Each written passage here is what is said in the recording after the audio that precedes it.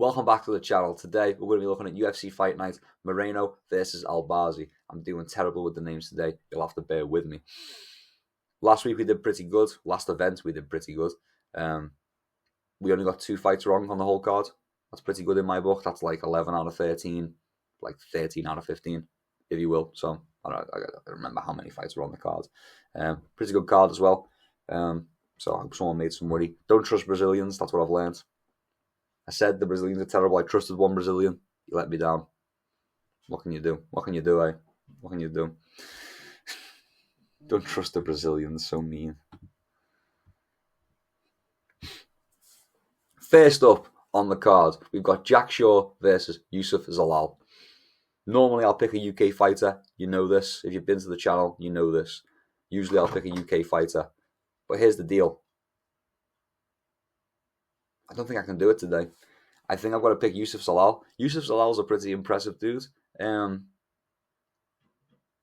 Pretty impressive fighter, very aggressive, got a good finishing instinct. So I'm going to have to pick Yusuf Zalal. I think he's got the skills to pay the bills. I think he slightly outmatches Jack Shaw. And I think maybe there's a possibility of the steroids. But that's not an accusation. That's just a hypothesis. Next up, we've got Jamie Lynn Horth versus Ivana Petrovic. I'm going with Petrovic. She's got the physical advantages. She's slightly taller. She's a fair bit reachier. I think that gives her the advantage in the stand-up. If she plays to the advantages, that gives her the advantage in the stand-up. And then on the ground, I think she's just slightly better. So I'm gonna pick Petrovic. I think it's gonna be a decision. But yeah, I'm going with Petrovic. Next up, Chan Anheliger versus Cody Gibson. Second time's the charm. In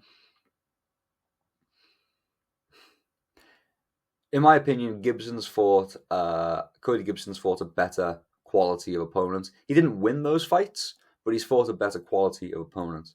But maybe Chad Anheliger hasn't had the chance yet, you know. But so far, I feel like you learn more from losing to good guys, right? So I'll pick Cody Gibson. I'm quite confident in picking Cody Gibson. I could see a submission, maybe late round 2. I could see a submission. Yeah, I'm gonna go with Cody Gibson. Decision, but possibly a late round submission. That's what I'm feeling. Next up, a guy whose name I cannot say. Sherhi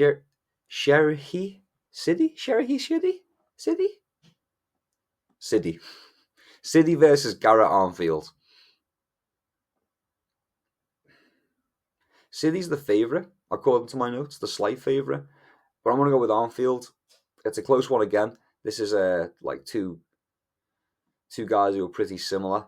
I just think Cody Gibson has a better strike in the fence, standing up, obviously. I think that might eke him out to win if he can stay safer. Cody Gibson, Jared Armfield. What am I talking about? Yeah, I feel like next up, Sherry City versus.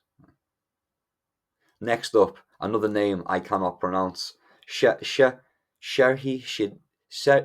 City. We're just going to call him City. Versus Garrett Armfield. Another close matchup. A very close matchup, to be fair. Very similar guys. I think Garrett Armfield's fought a better quality of opponents. He didn't win those fights, but he's fought a better quality of opponents. I think that's got to count for something. There's more experience to be gained from the losses he's had. Is the kind of reason I'm going with. That's kind of backwards, but this is MMA maths and it never adds up anyway. So yeah, we're going to go with Garrett Armfield. Yeah, I think his strike and defense kind of ekes out a decision for him. So yeah, I'm going to go with Armfield by decision. Next up, Alexander Romanov versus Rodrigo Nascimento. I'm going to go with Romanov. As I've said, Brazilians, you can't trust them. They're just too. Even when you think you found a good Brazilian, you know, they let you down. You know, only some Brazilians are worth putting the money on. You know what I'm saying? So yeah, I'm gonna go with Romanov because I've got a grudge against Brazilians now. Thank you very much. No more explanation needed. We're going with Romanov.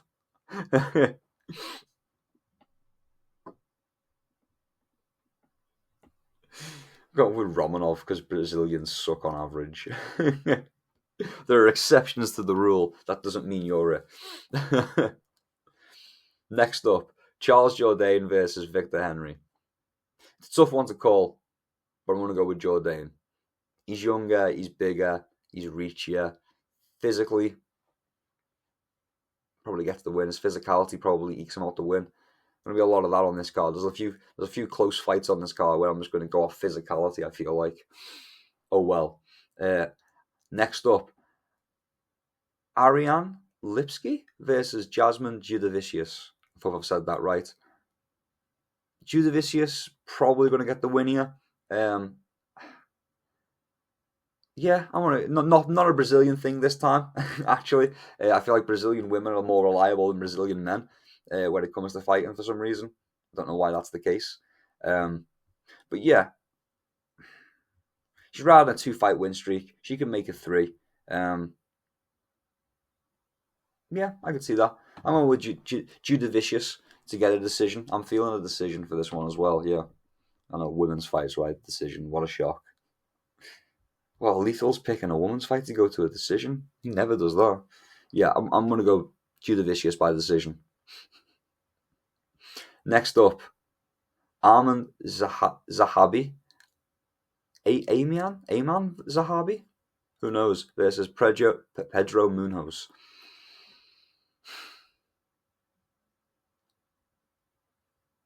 I'm picking Zahabi. It's close again. They're both like pretty stinky. But I think Zahabi ekes out to the decision. Like there's seriously a lot of like really close matchup. There's seriously a lot of really close matchups because like you'll have two okay fighters against each other with not like much difference in style and stuff on this card specifically. And then you'll have a matchup which is like next where I'm going with Zahabi, by the way, to eke out this decision. But like the next fight is Mike Malott versus Trevin Giles. Trevin Giles, a significantly more stinky fighter than Mike Malott, and I think Mike Malott might be the lock of the card, to be honest. Yeah, Mike Malott next up probably gets the dubs. After that, you're going to be watching Marc-Andre Barriault versus Dustin Stolfoltz. I struggle with saying Stolfoltz's last name, so I'm going to say it a bunch of times so it goes into the brain. That rhymes. Rhyme anytime. Both guys coming off losses. This is on my notes. But Barriault is losing to better guys than Stolfoltz. Again, this is another one where it's a close matchup, and we're going off what's the quality of opponent they fought before? Who's losing to better guys?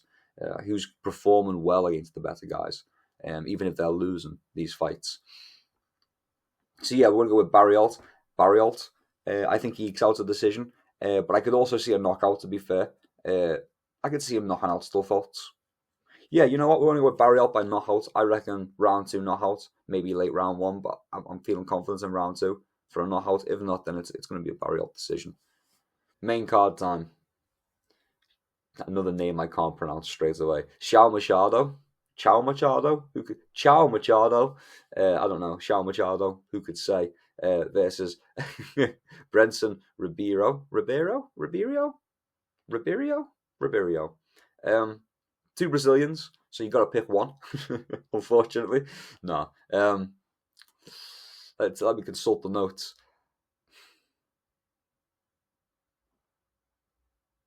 Oh, yeah. You know what? Actually, this is an easy pick. I'm gonna go with Ribeiro.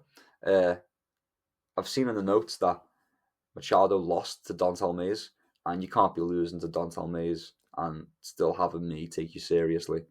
So yeah. We're going to go with Ribeiro. I'm sorry, Machado. You can't be losing to Dontal Mays. I'm sorry, you can't be doing it. Next up, Derek Lewis. Jonathan Deniz. Oh, that's how you pronounce it. Do I pick Derek Lewis? It's a smaller crowd because it's a fight night card. But it is in Canada, right? So it's not like a super small. I don't even know what stadium is this in.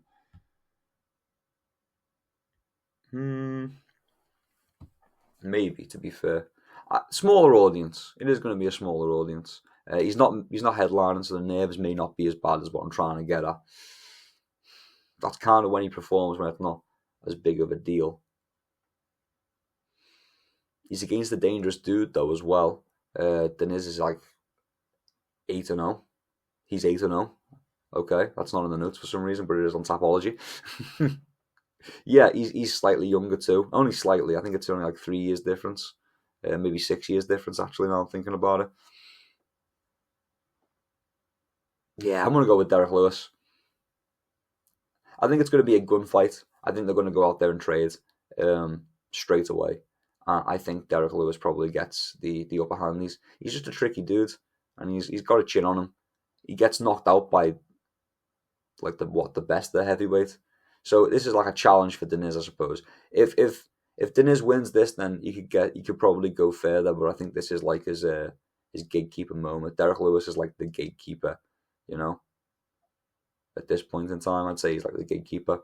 So yeah, even though Francis Ngannou didn't beat him, but that was a stinky fight. Yeah, we're going to go with Derek Lewis to beat Deniz. If Deniz beats Lewis, I could see him going pretty far, but I think this is his test. So I'm going to pick Lewis. I'm going to bet on him not passing the test. I think Lewis gets it done. I think he can land the shots first, or land the better shot first, I suppose, the harder shot first. Next up, Rose Namajunas versus Erin Blanchfield. Now, a lot of people are picking Rose. I think Rose is the favourite. But I like Erin Blanchfield for this. I do. But do I want to take it? Do I want to take that bet? I feel like this fight's going to be a battle of like who can maintain their momentum longest. And I feel like Blanchfield is more comfortable stalling all momentum to change the balance, where Rose kind of likes to change it on a dime, if that makes sense, and like change a position, like get a sweep or something like that, where Blanchfield is more slow and steady, and that could be overwhelming. But then Rose has the advantage, the experience, we'll say. It's a tough one. Actually, a tough one. Let me consult the notes real quick. My notes are big enough, Blanchfield. She could run away with the decision, is what I've written. She could run away with the decision. Let's take a deeper look, eh? Blanchfield's coming off of a loss, we know this, versus Manon Fiorot. But Rose is coming off a 2-fight win streak, so she could be making this a threesome. A threesome? Three-way. Could get in a hat-trick. It's a tough one. Really is.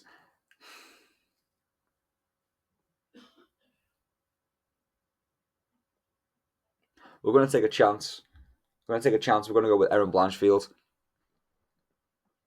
Maybe not as big as a chance as I'm making out, but I do feel as though maybe if she can attain the momentum and keep the momentum from Rose and not have it change on a dam and be able to stall it out and then reclaim that momentum, if you will, I think she can get the win. So I'm going to go with Erin Blanchfield, probably by a decision. I could see her just split decision. I could see her just eking it out and there being like a controversy a bit about it. But yeah, I think Blanchfield probably gets it done by decision. I could see that. Really, I could see that, yeah. Finally, it's time. We get it up on Tapology. Finally, it's time for the main event. The big fight. We've got Brandon Moreno versus Amir Albazi. So, Moreno's slightly bigger. He's slightly longer. He's got those weirdly long arms, those strange long arms.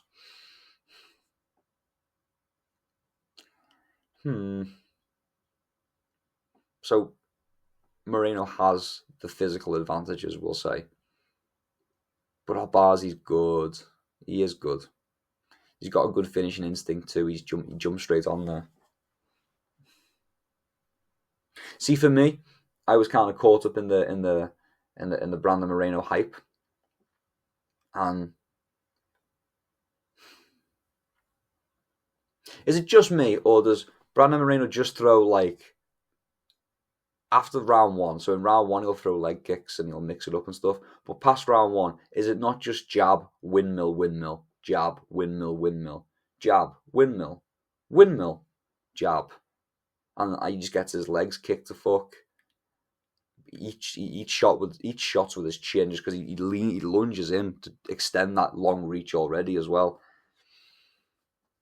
But is Albazi clean enough to exploit that? Is the real question. Is the real question.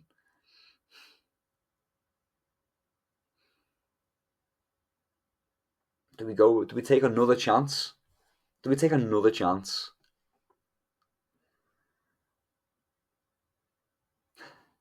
I don't think we can do it this time. I'm sorry, Albazi. I think Moreno gets it done. I think he uses those long arms to his advantage. Yeah, he lunges in, he leaves his chin open when he does these weird loopy lunges after a jab. But he's got good scrambles if it goes to the ground, and he has got a good chin. To be fair, he's pretty steady dude. So yeah, we're gonna go with Brandon Moreno.